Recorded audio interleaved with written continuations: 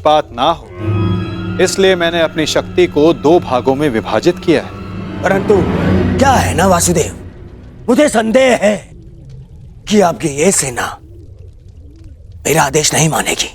अवश्य मानेगी।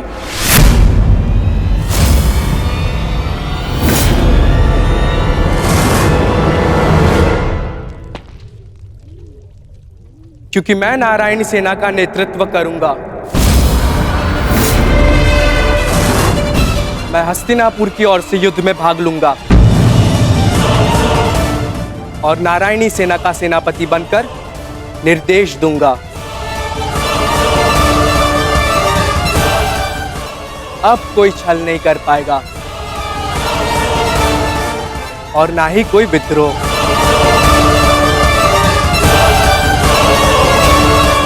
अब तो आपके मन में कोई संदेह नहीं है ना स्वसुर श्री?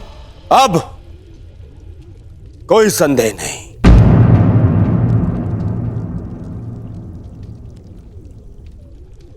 ये विभाजन मुझे स्वीकार है।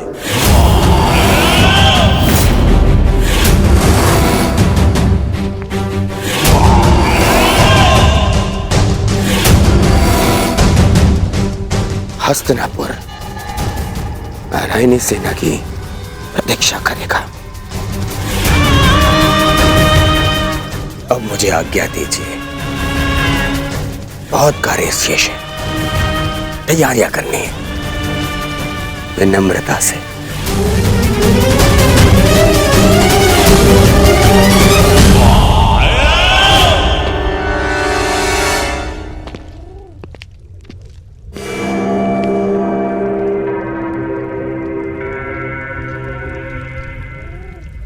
तुमने ऐसा क्यों किया पार्थ? मेरे समर्थन के लिए इतना बड़ा त्याग? मुझे ऐसा कुछ नहीं चाहिए माता जो मुझे आपसे दूर करे। ऐसी नारायणी सेना से क्या लाभ जिसमें नारायण ही ना हो? ये धर्म युद्ध है माता, और धर्म वहीं खड़ा होगा जहां आप होंगे। और धर्म की विजय कोई भी सेना नहीं रोक सकती। आप सदैव हमारे मार्गदर्शक रहे हैं। मुझे विश्वास है कि आप विजय का मार्ग अवश्य दिखाएंगे। मैं प्रतीक्षा करूंगा।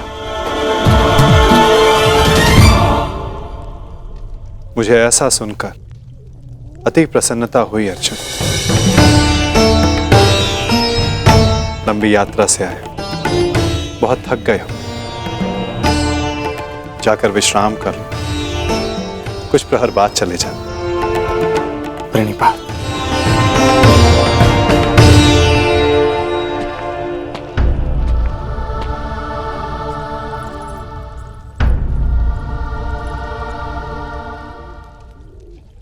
मुझे क्षमा कर दीजिए पिताश्री, मैंने आपको पक्षपाती समझा। मुझसे बहुत बड़ी भूल हो गई। ठीक कहा था आपने, आप लोगों को नहीं चुनते, लोग आपको चुनते हैं।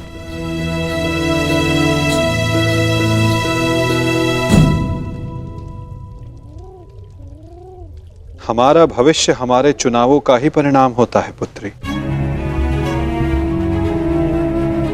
जीवन में किस मोड़ पर हम क्या निर्णय चुनते हैं, उससे सिद्ध होता है कि हमें हमारा लक्ष्य मिलेगा या नहीं। परंतु क्या होगा पिताश्री? मैं ऐसा क्या करूं जिससे मेरे पति और मेरे पिता सुरक्षित रहे? कर्म करो लक्ष्मण, फल की चिंता ना करो। तुम्हारे पिता और सांब को उनके कर्मों का फल मिलेगा और अर्जुन को अपने कर्मों का।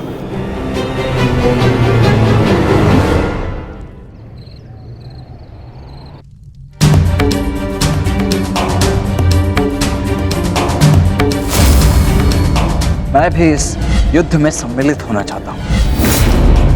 मैं अपना निर्णय ले चुका हूं और अपना पक्ष भी चुन चुका हूं। जिस ओर मेरा मित्र सांब होगा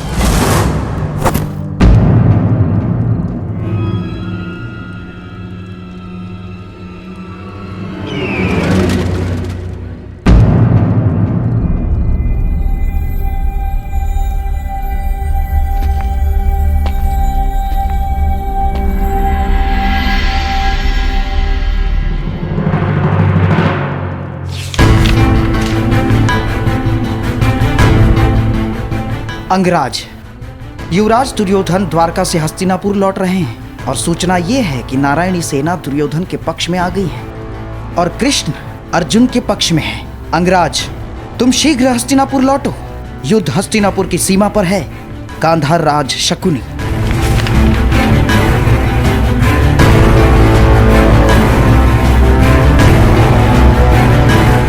ये तुमने कैसी मूर्खता कर दी मित्र, कैसी मूर्खता कर दी तुमने।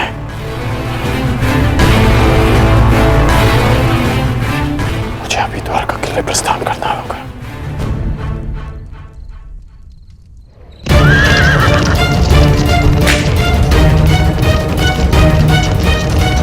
पिताश्री! ये अचानक कहां जा रहे हैं?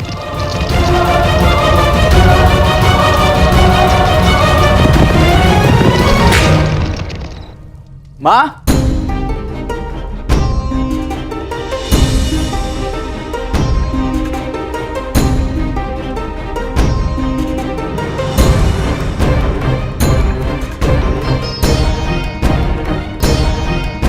एक बार पुनः अपने कर्तव्य के लिए अपने परिवार को छोड़कर जा रहे हैं पिताश्री।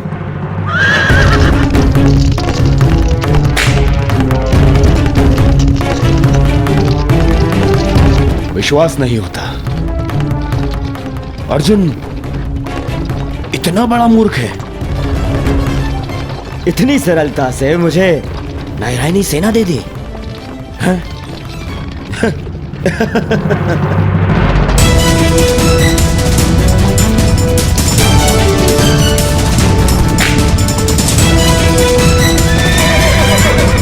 सारथी रोको। वेद,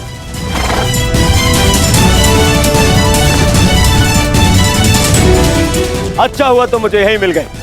मैं सोच ही रहा था कि सबसे पहले ये शुभ समाचार मैं तुम्हें ही दूं। जानते हो मैंने क्या किया है? यही मैं जानना चाहता हूं कि यह तुमने क्यों किया है। प्रतीत होता है कि तुम्हें सूचना पहले ही मिल गई है, परंतु तुम दुखी क्यों? तुम्हें तो प्रसन्न होना चाहिए। मुझे नारायणी सेना मिली है। नारायण के बिना तुम्हें नारायणी सेना मिल गई है। मैंने तुमसे कहा था कि तुम्हें अर्जुन से पूर्व द्वारका पहुंचना है। तुम अर्जुन से पूर्व द्वारका क्यों नहीं पहुंचे मित्र? अरे तुम्हें मिथ्या बोध हुआ है मित्र। अर्जुन से पूर्व द्वारका पहुंचा था। क्या? तो फिर ऐसा क्यों हुआ? अरे क्या हुआ मित्र? कुछ अनुचित नहीं हुआ है, सब हमारे हित में हुआ। हम दोनों को बराबर का अवसर मिला था, कृष्ण या नारायणी सेना चुनने का।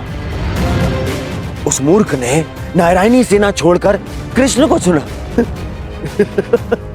और मैंने भी उसकी मूर्खता के लिए उसे रोका नहीं। और क्यों रोकता? हा? पहले अवसर उसे मिला जबकि पहले मैं पहुंचा था। और तुमने वासुदेव को नहीं चुना। ये क्या किया तुमने? तुमने वासुदेव को क्यों नहीं चुना मित्र?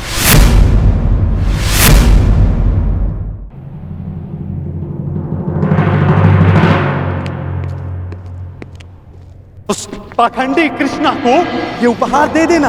कहना उसको कि उसके पास मेरी एक वस्तु है जो मुझे चाहिए। तुम्हें चिंता करने की कोई आवश्यकता नहीं है मित्र। अब हमारा सामना कोई नहीं कर सकता है। हमारे पास संसार की सबसे बड़ी और सबसे ताकतवर सेना है, नारायणी सेना, जो आज तक कभी पराजित नहीं हुई। और तुम्हें लगता है कि मैंने कृष्ण को ना चुनकर कुछ अनुचित किया है? वो कृष्ण जो इस युद्ध में शस्त्र भी नहीं उठाएगा। मित्र, तुम जानते हो कि नारायणी सेना आज तक अपराजित क्यों रही है? वो अपराजित रही है केवल वासुदेव के कारण। और आज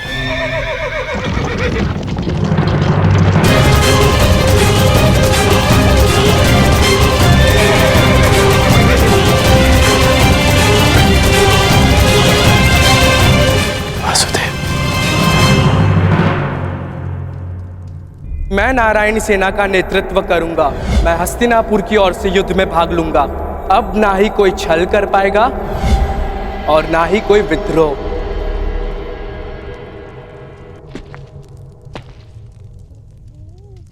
प्रणिपात माता। पार्थ, क्या हुआ पार्थ? कुछ भूल गए थे?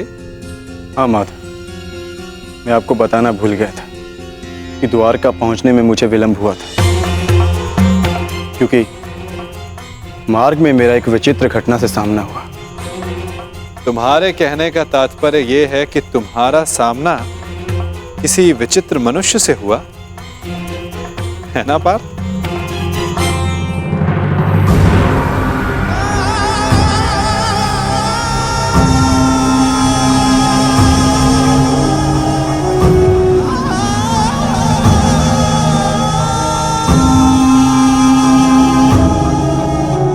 मैं यहाँ तुम्हारा ही तो कार्य करने आया था युवराज दुर्योधन। मैं वासुदेव, पौंद्रक वासुदेव। पौंद्रक वासुदेव, यही नाम बताया ना उसने?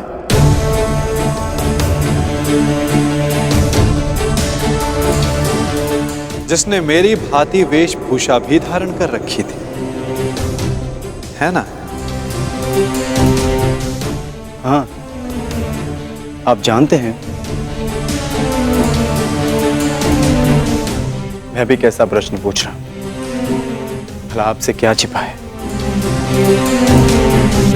परंतु मेरी समझ में यह नहीं आता कि वो पाखंडी आपके रूप में प्रस्तुत होकर सबको भ्रमित कर रहा है और आप शांत। शांति की आशा में कभी कभी शांत बैठना भी पड़ता है पार्थ।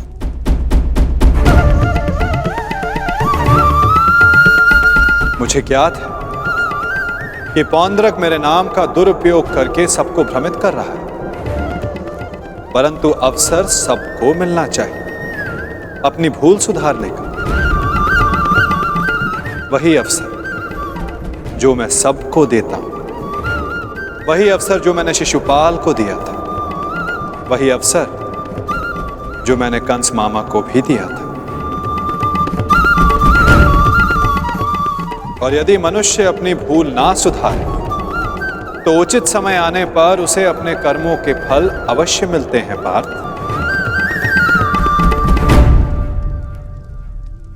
अब तुम मुझे पौंद्रक का संदेश सौंप सकते हो पार्थ।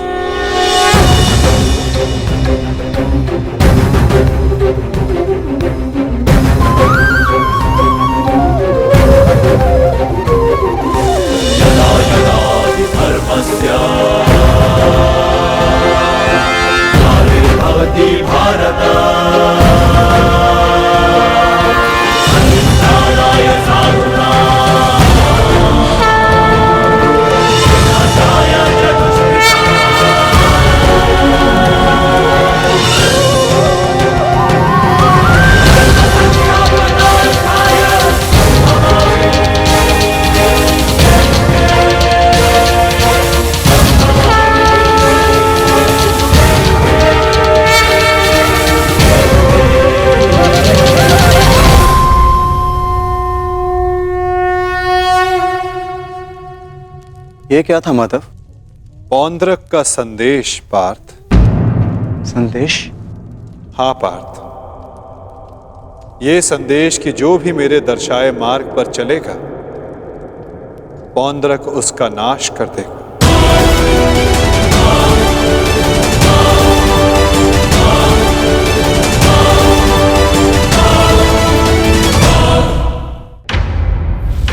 ये वासुदेव नहीं है।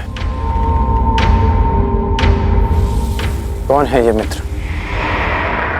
हमारे मित्र का मित्र है ये पौंद्रक, पौंद्रक वासुदेव। इन्हीं की सहायता से मैं अर्जुन से पूर्व द्वारका पहुंचा और नारायणी सेना को अपने पक्ष में कर पाया। इसका श्रेय मामाश्री की तीव्र बुद्धि को जाता है मित्र। उन्हीं ने पौंड्रिक को संदेश भेजा कि वो अर्जुन के मार्ग में बाधा उत्पन्न करे। इन्होंने अर्जुन को रोका और उसी कारणवश में अर्जुन से पूर्व द्वारका पहुंच पाया। अर्जुन को मार्ग से भटकाने का पूरा प्रबंध कर दिया है मैंने। तो तुमने फिर से छल किया।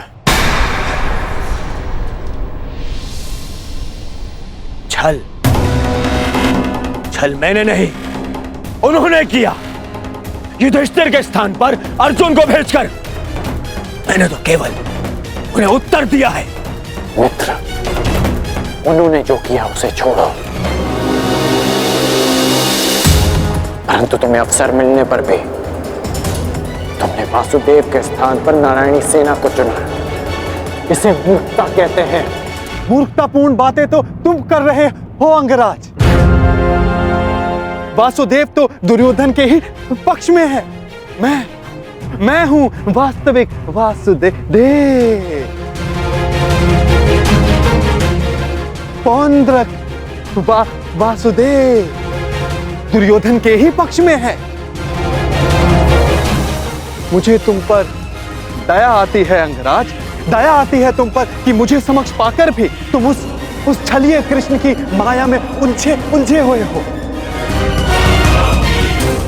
समझ ही नहीं आता कि ऐसी क्या माया डाली उस छलिए कृष्ण ने कि तुम सत्य देखने को प्रस्तुत ही नहीं हो। पौंड्रक, पौंड्रक वासुदेव है मेरा नाम। पूरा नाम तो लेना सीखो अंगराज। खेद है मुझे, खेद है कि तुम एक मनुष्य की पहचान करने में असमर्थ हो। तुम अपने युद्ध के लिए अपनी सेना में एक पाखंडी को चुनना चाहते हो। उस पाखंडी कृष्ण को चुनना चाहते हो तुम। अरे ऐसा क्या है उस छलिए पाखंडी कृष्ण में जो तुम सब सारे लोग उसकी ओर खींचे जा रहे हो? क्या समस्त संसार में केवल एक ही मायावी रह गया है? हाँ?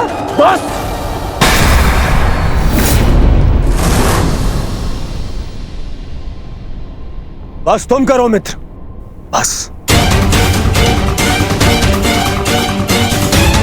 मुझे कृष्ण की वो विशाल सेना चाहिए थी जो मुझे मिल गई। वैसे भी वो निहत्था निशस्त्र कृष्ण मेरे किस काम का है? हाँ, सत्य कहा दुर्योधन, सत्य कहा। वो छलिया कृष्ण किसी काम का नहीं। देखना, तुम ही जीतोगे ये युद्ध, क्योंकि तुम्हारे पास केवल नारायणी सेना नहीं, स्वयं वास्तविक नारायण, वास्तविक वासुदेव, पौंड्रक वासुदेव। वो कृष्ण तो मेरा रूप रखकर सबको भ्रमित करता रहता है। बैरूपिया मात्र है वो तो। उस कृष्ण का तो इस संसार से मैं अब एक और शब्द वासुदेव के विरुद्ध मत कहना।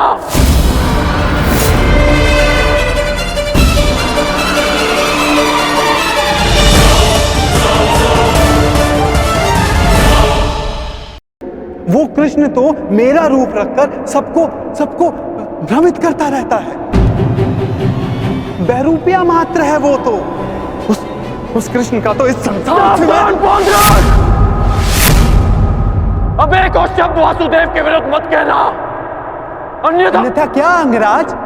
हाँ? मार डालोगे मुझे? मार डालोगे?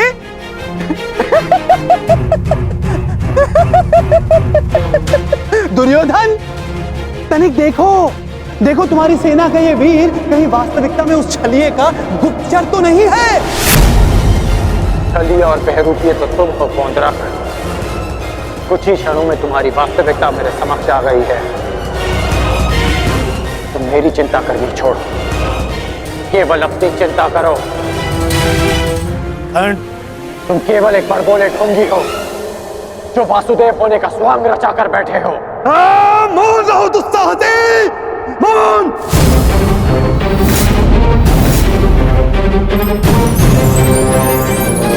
तेरा इतना दुस्साहस कि तू मुझे पौंद्र का वासुदेव को ढोंगी कहता है, मूर्ख। शांत हो जाओ मित्र, शांत हो जाओ। पौंद्र, कांड का यह तात्पर्य नहीं था, मेरा यही तात्पर्य था। ये ढोंगी है।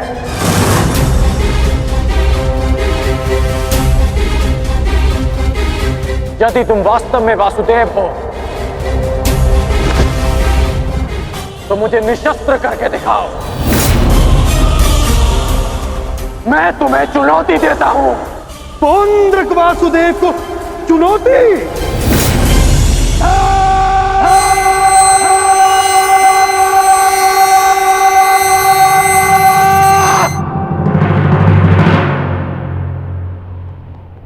ऐसे खड़े खड़े देख क्या रहा है तू, मूर्ख? हाँ, मेरे साथ युद्ध कर। मेरे हाथों मरेगा, तुझे मोक्ष मिलेगा। हाँ, जिस प्रकार आज मैं तेरा अंत करने वाला हूं, उसी प्रकार मैं उस कृष्ण का भी अंत करूंगा, उस रणछोड़ का। जो रासलीला के नाम पर स्त्रियों को भ्रमित करता है, जो बाल क्रीड़ा के नाम पर स्त्रियों के वस्त्र चुराता है, जो स्वयंवर से स्त्रियों का हरण करता है, उस कृष्ण का पक्ष ले रहा है तू। उसके लिए तू मुझसे युद्ध कर रहा है। उस कृष्ण का भी मैं वध करूंगा, पहले तेरा, उसके बाद उसका। अब तुम्हें सीमा पार करती है।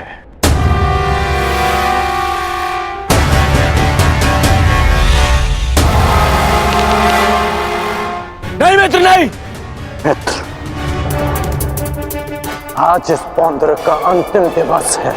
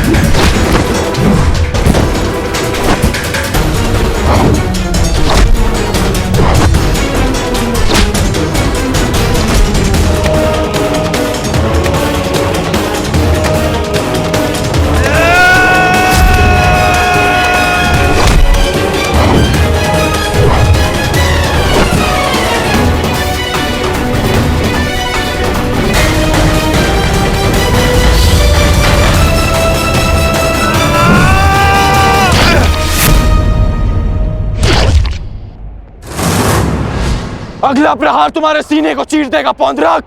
क्षमा मांगो।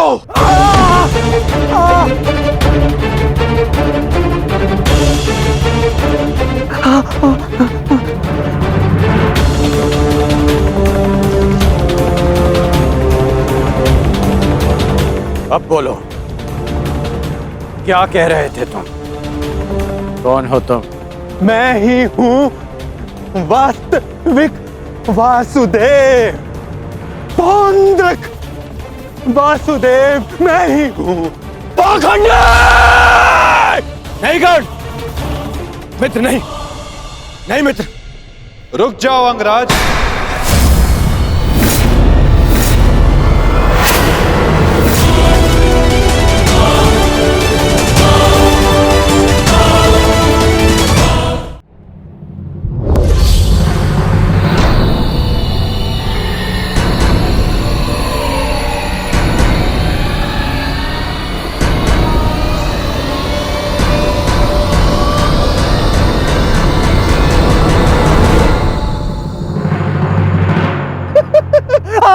आ गया तू, चलिए आ गया। अंततः वो दिन आ गया कृष्ण, जिसकी वर्षों से मुझे प्रतीक्षा थी। यदि अंत से पूर्व मनुष्य को उसकी भूल का भान हो जाए तो अच्छा ही होता है। अब तो तुम्हें विश्वास हो गया होगा कि वास्तविक वासुदेव कौन है। मैं ही हूं वास्तविक वासुदेव। पौंद्रक वासुदेव, इसलिए जिसका अधिकार आरंभ से केवल मेरा है। मुझे मेरा दर्शन चक्र दे दो कृष्ण। देने ही तो आया हूं तुम, परंतु चेतावनी, मैं तुम्हें बहुत अवसर दे चुका हूं पौंड्रक। तुम्हारे पाप का घड़ा भरता जा रहा है पौंड्रक। अब मेरा स्वांग रचना बंद करो। चुप कर छलिया कृष्ण। तू ढोंग, तू छलिया मुझे बताएगा कि अब मुझे क्या करना चाहिए और क्या नहीं। जो तुझे देव मानते हैं ना, वो सब दृष्टिहीन है और बुद्धिहीन भी। परंतु मैं नहीं हूं। अपने सहयोगियों को धैर्य की महिमा समझाओ दुर्योधन। युद्ध प्रारंभ होने में अभी समय शेष है और समय से पूर्व युद्ध को आमंत्रण देना सर्वनाश को आमंत्रित करने के समान होता है दुर्योधन। क्योंकि इस समय मैं अस्त्र ना उठाने के लिए बंधित नहीं हूं। मनुष्य को खाई में गिराने के लिए उसका केवल एक पग पर्याप्त होता है पौंड्रक। अभी अभी मैंने कर्ण को रोककर तुम्हें मृत्यु के मुख में जाने से रोका है। कदाचित तुम्हारा अगला पग तुम्हारा अंत ना रोक पाए पौंड्रक।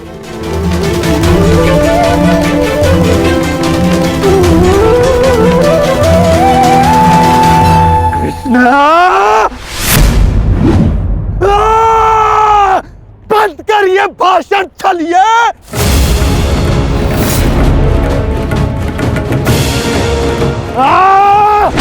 छलिए पाखंडी, आज मैं तेरा अंत करके ही रहूंगा कृष्ण।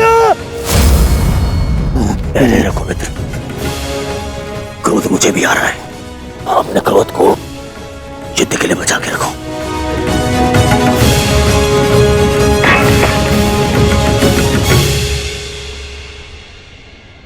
ठीक कहा वासुदेव, युद्ध होगा, परंतु उचित समय पर और उचित स्थान पर। उस महायुद्ध के प्रथम दिवस पर मैं आपको उत्तर अवश्य दूंगा।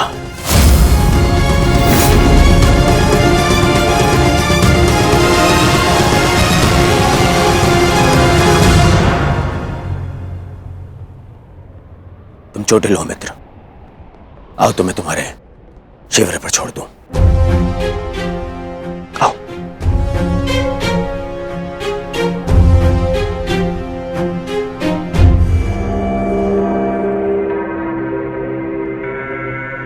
मित्रगण, तुमसे हस्तिनापुर पे भेंट होगी। आशा है तब तक तुम अपने इस भ्रम से निकल जाओगे और तब तुम समझोगे कि मेरा चुनाव उचित था।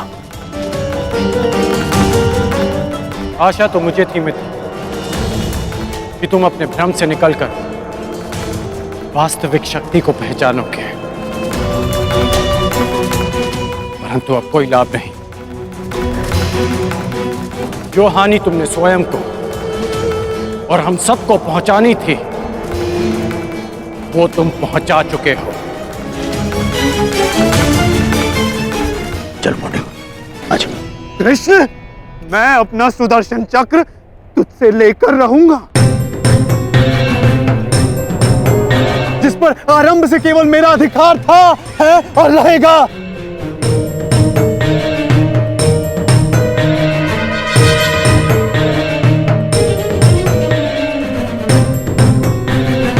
चलो सारथी।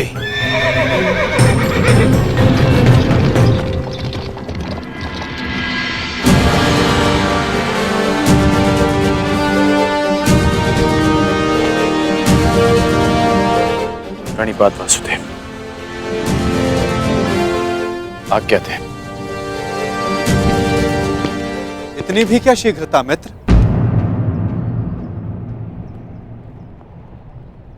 सारथी रह चुका हूं तुम्हारा। आज भी अपने रथी का मन पढ़ सकता है ये नटवर। समझता हूं कि तुम व्यथित हो। क्या अपने मन की बात अपने सारथी से नहीं कहोगे तुम?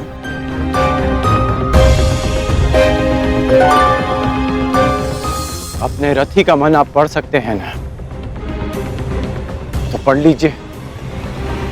इसीलिए कहता हूं मित्र, तुम्हें प्रसन्न होना चाहिए। दुर्योधन ने उचित चुनाव किया, उसे शक्ति चाहिए थी, उसे मिल गई। नारायणी सेना अब उसके आदेश के अधीन होगी। नारायणी सेना में नारायण ही ना हो तो वो कैसी नारायणी सेना केशव?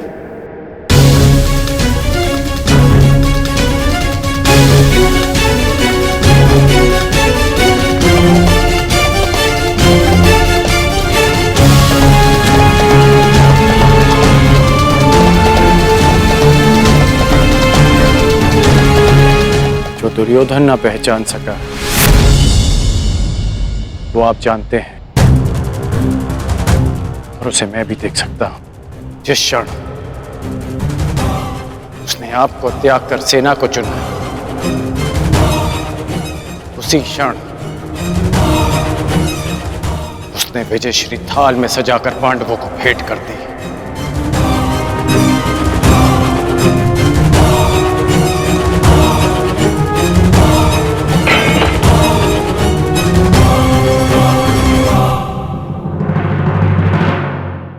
तुम्हें ऐसा क्यों लगता है मित्र? नारायणी सेना दुर्योधन के अधीन होने से उसकी शक्ति में वृद्धि अवश्य हुई है। तुम्हें नहीं लगता कि अर्जुन ने भूल की? क्या मिला उसे निहत्थे कृष्ण को चुनने से? जिसके हाथ के संकेत से सृष्टि बनती है और बिगड़ती है, वो कैसे निहत्था हो सकता है वासुदेव? परंतु सत्य ये भी है मित्र कि मेरे युद्ध में उपस्थित रहने पर भी मैं युद्ध नहीं करूंगा, तो फिर मुझसे किसी को क्या हानि और क्या लाभ? सबसे बड़ा अस्त्र तो आप चला चुके हैं, स्वयं को दुर्योधन के विपक्ष में रखकर। आप ही कहते हैं ना कि निर्णय ना लेना भी कभी कभी सबसे महत्वपूर्ण निर्णय होता है, कि हम पक्ष ना चुनकर भी कभी कभी पक्षपात कर जाते हैं, भले ही संसार ना देख पाए। परंतु मैं जानता हूं कि आपने पक्ष लिया है वासुदेव।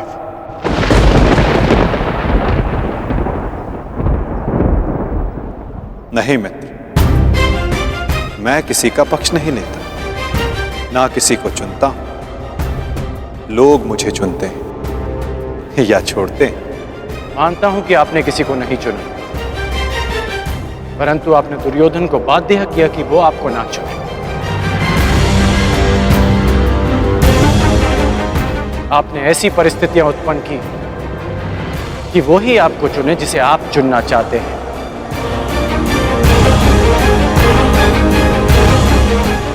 क्या ये एक प्रकार का पक्षपात नहीं वासुदेव? तुम्हारी यही प्रवृत्ति मुझे भाती है मित्र, और तुम्हें सबसे भिन्न बनाती है। तुम बुद्धिमान हो और स्पष्टवादी भी।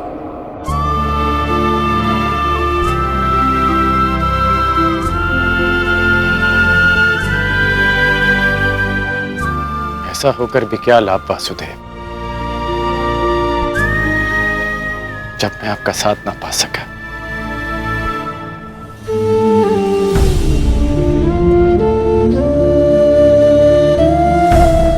कितने वर्ष हो गए हमारी भेंट को? जब से हम मिले हैं हमारे पक्ष सदा भिन्न थे, परंतु हमारी सोच एक थी वासुदेव। फिर आपने ऐसा क्यों किया? मैंने ऐसा क्या किया मित्र?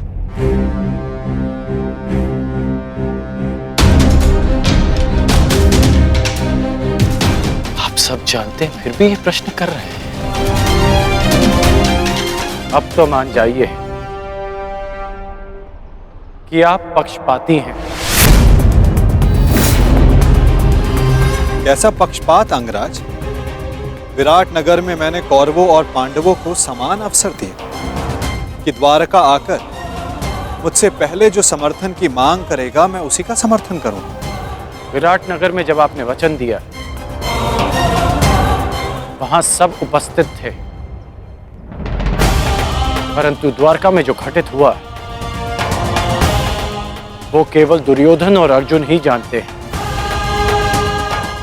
दुर्योधन को केवल आपने भ्रम दिया और शक्ति दी अर्जुन को।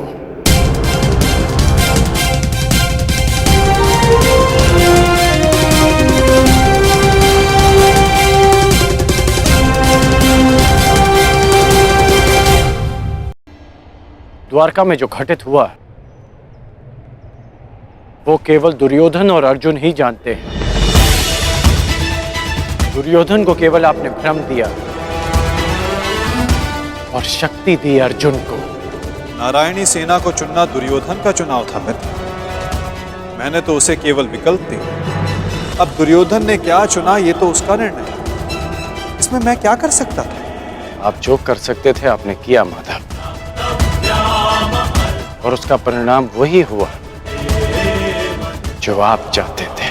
यदि आप पक्षपाती नहीं होते तो अर्जुन को देखते ही आप उससे पूछते हैं कि वो युधिष्ठिर के स्थान पर वहां क्या कर रहा है,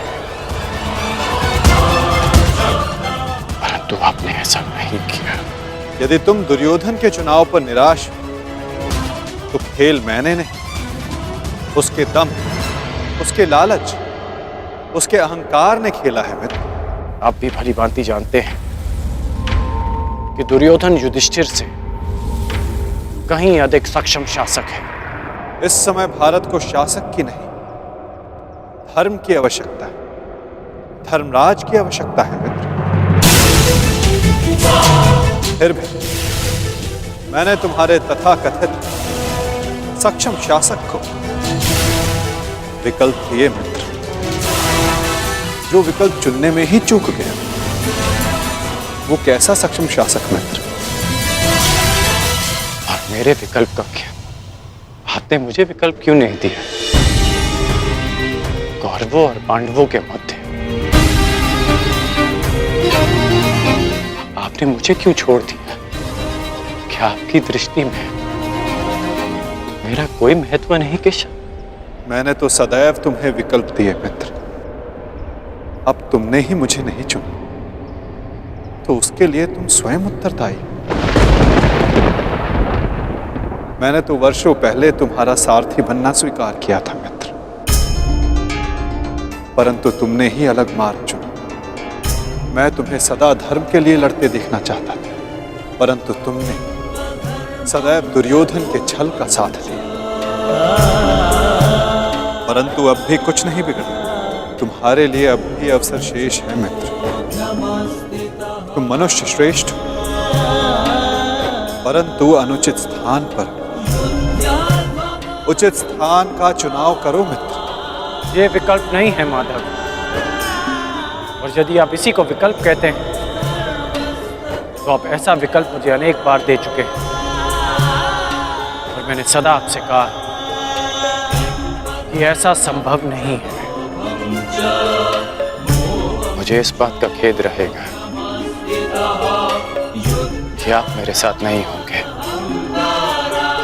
परंतु ये खेद मैं अपने मित्र को नहीं होने दूंगा, जिस मित्र ने मुझ पर विश्वास किया। आप अपना धर्म निभाइए और मैं अपना ऋण चुकाऊंगा वासुदेव।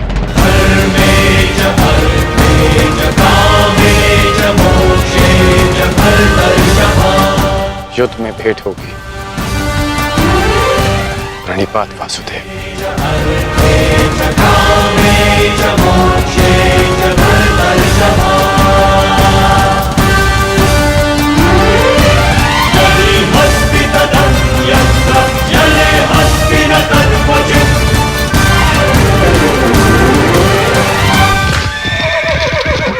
नहीं मित्र, युद्ध से पूर्व हमारी भेंट होगी, और मैं तुम्हें एक और अवसर दूंगा। तुम्हें आभास कराऊंगा कि जितना सम्मान तुम्हें चाहिए उससे कहीं अधिक सम्मान के योग्य हो तुम। अगली भेंट में तुम्हारी वास्तविकता से भेंट करवाऊंगा मित्र। तुम्हें ज्ञात होगा कि तुम वास्तव में कौन हो। आशा है कि उस दिन तुम उचित विकल्प चुनोगे मित्र।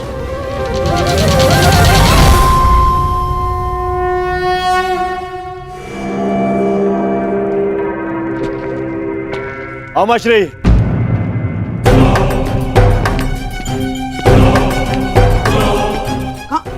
कहाँ थे तुम?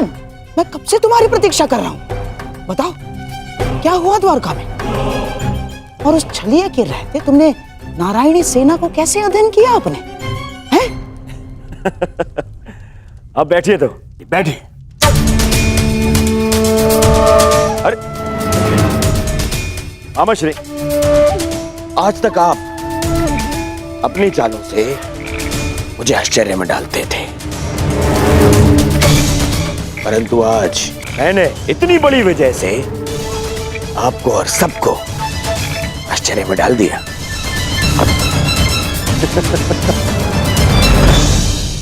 सब इतने प्रसन्न है मेरे इस निर्णय से, सिवाय मेरे मित्र कर्ण के। समझ में नहीं आता उसे अभी भी ऐसा क्यों लगता है कि मुझे सेना को छोड़ के उसने हत्या कृष्ण को चुनना चाहिए था।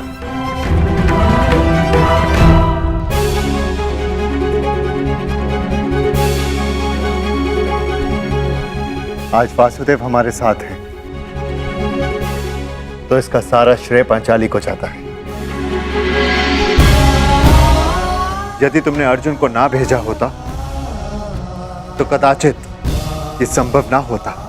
आपका मेरे प्रति इतना विश्वास मेरे लिए बहुत सम्मान की बात है आर्य, और मुझे भी पूर्ण विश्वास है कि आप हस्तिनापुर के लिए अधिक योग्य शासक सिद्ध होंगे। अरे कोई जाओ, समझाओ, बताओ उसे कि कितनी बड़ी भूल कर रहा है वो। भूल तो तुम कर रहे हो दुर्योधन।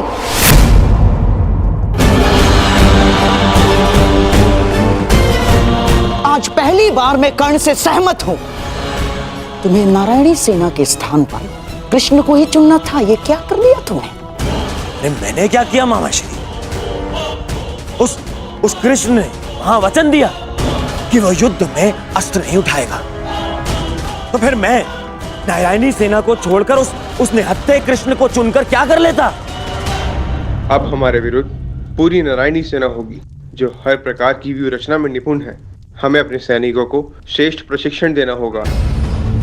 जब तक माधव हमारे साथ है नकुल, हमें किसी बात की चिंता करने की कोई आवश्यकता नहीं। यदि आज वो हमारे पक्ष में होता तो पांडवों के लिए नहीं, आज वो हमारे लिए रणनीति बनाता, हमारे लिए।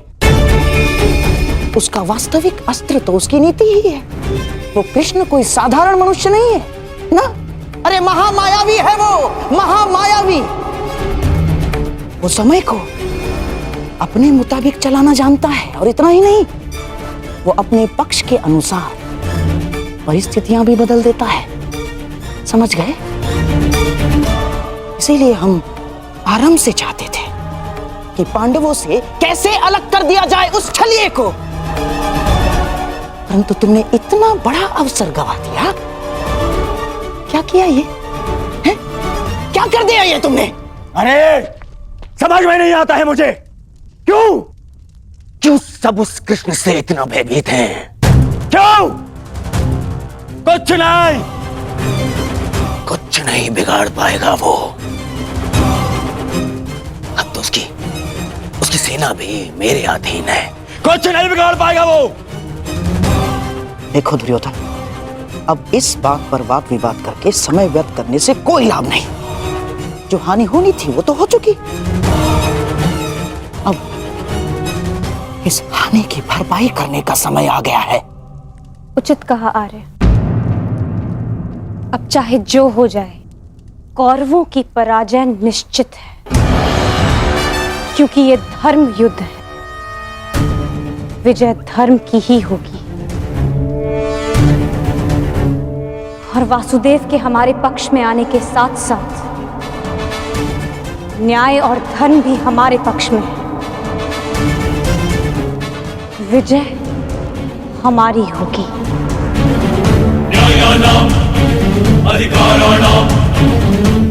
ये महाभारत भारत का नवनिर्माण करेगा।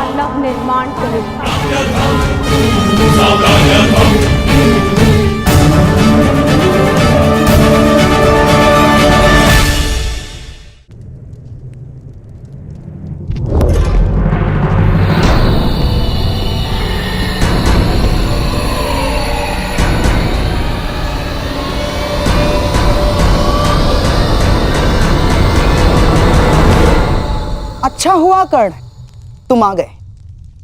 हम तुम्हारी प्रतीक्षा कर रहे थे। हाँ, सभा का आरंभ मैं सबसे पूर्व महाराज धृतराष्ट्र को राजकुमारी लक्ष्मणा के विवाह की बधाई देकर करना चाहता हूं। बधाई हो महाराज। और हाँ, अत्यंत खेद के साथ मुझे ये भी कहना पड़ रहा है कि ये अंतिम शुभ अवसर था जिसमें सारे कुरुकुल ने भाग लिया।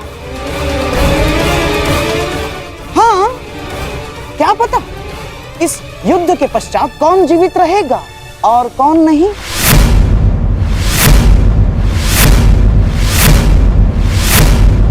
स्पष्ट रूप से कहिए गंधार राज, आपका तात्पर्य क्या है?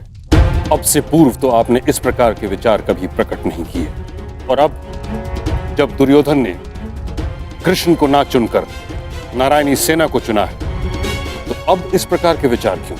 आपका प्रश्न उचित है महामहिम, परंतु यदि मैं अपनी भूल स्वीकार भी करता हूं तो क्या वो भूल मैं सुधार सकता हूं? कर्ण, तुम्हारा इस विषय में क्या कहना है? मेरा मानना है कि हमें वार्तालाप में समय व्यर्थ नहीं करना चाहिए। हमें अपनी सेना को प्रशिक्षण देकर उन्हें और शक्तिशाली बनाना होगा। अपनी सेना में अधिक से अधिक महान योद्धाओं को एकत्रित करना होगा। मेरा एक और मानना है कि हमें युद्ध के लिए तत्पर रहना चाहिए।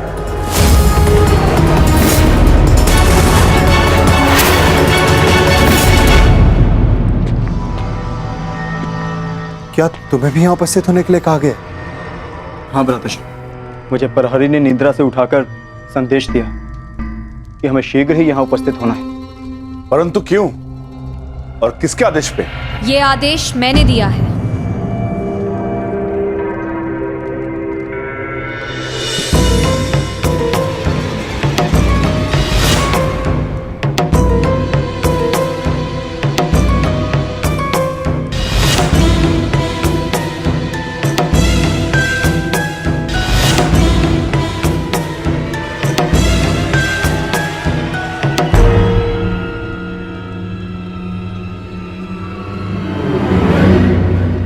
पांचाली, इतनी रात में तुम ये?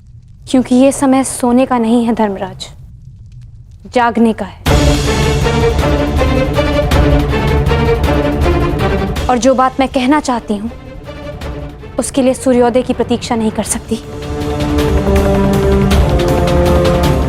ऐसा क्या है पांचाली?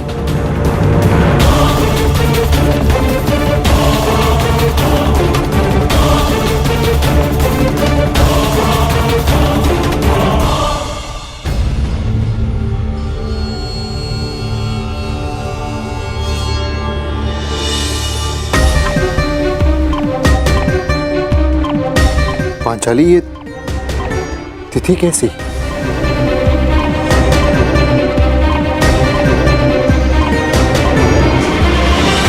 ये वो तिथि है आर्य जिस दिन हम कौरवों के विरुद्ध युद्ध आरंभ करेंगे। यदि ये युद्ध हुआ तो कितने योद्धा और कितने सैनिक मारे जाएंगे? महाराज, इस तथ्य से सभा में उपस्थित सभी मनुष्य अवगत हैं। हाँ, ये भी तो हो सकता है कि हम में से किसी को युद्ध में जाने की आवश्यकता ना पड़े।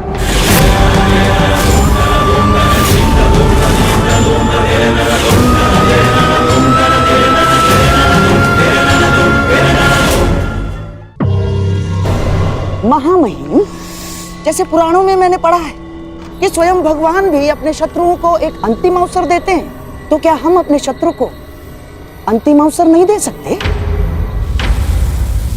दे सकते हैं ना महामहिम? गांधार राज, युद्ध होना निश्चित है और होकर ही रहेगा। और इसकी उल्टी गिनती प्रारंभ हो चुकी है।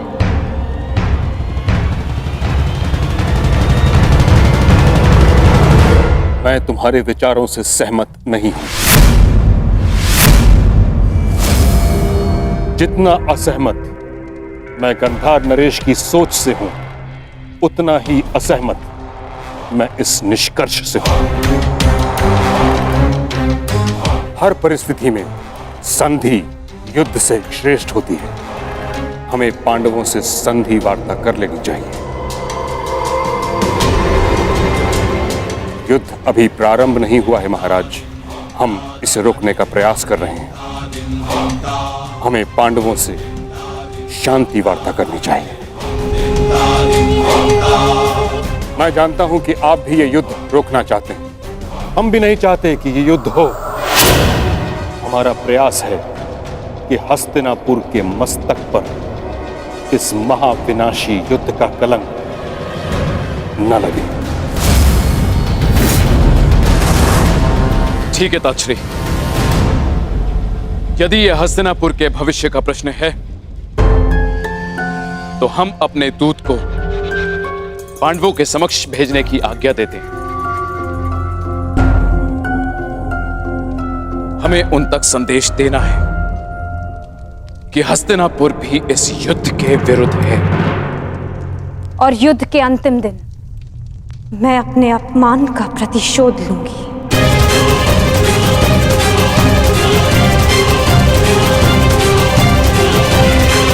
जिस दिन दुर्योधन का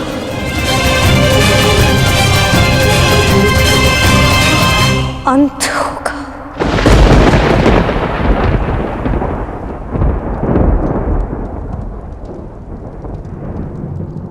महाराज, ऐसे ये मेरा अंतिम निर्णय है कर्ण। हमें अपनी ओर से एक प्रतिनिधि चुनना होगा। क्या आपके मस्तिष्क में कोई नाम है महाराज? संजय,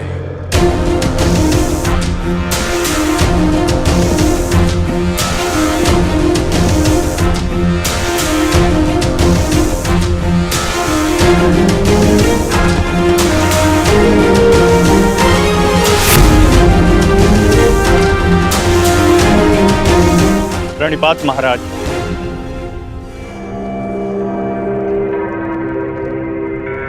मुझे भी संजय के साथ जाने की आज्ञा दीजिए महाराज।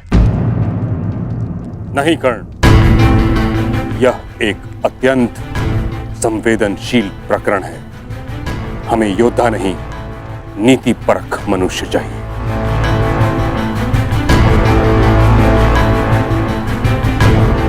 विदुर, तुम संजय के साथ जाओगे।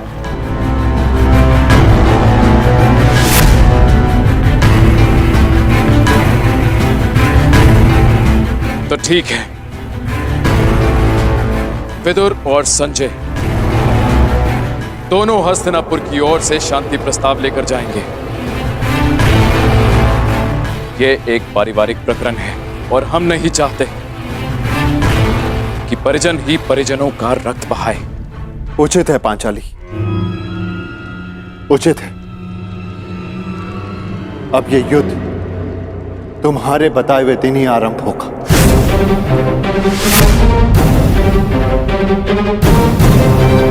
और इसका संदेश हम कौरवों तक पहुंचा देंगे।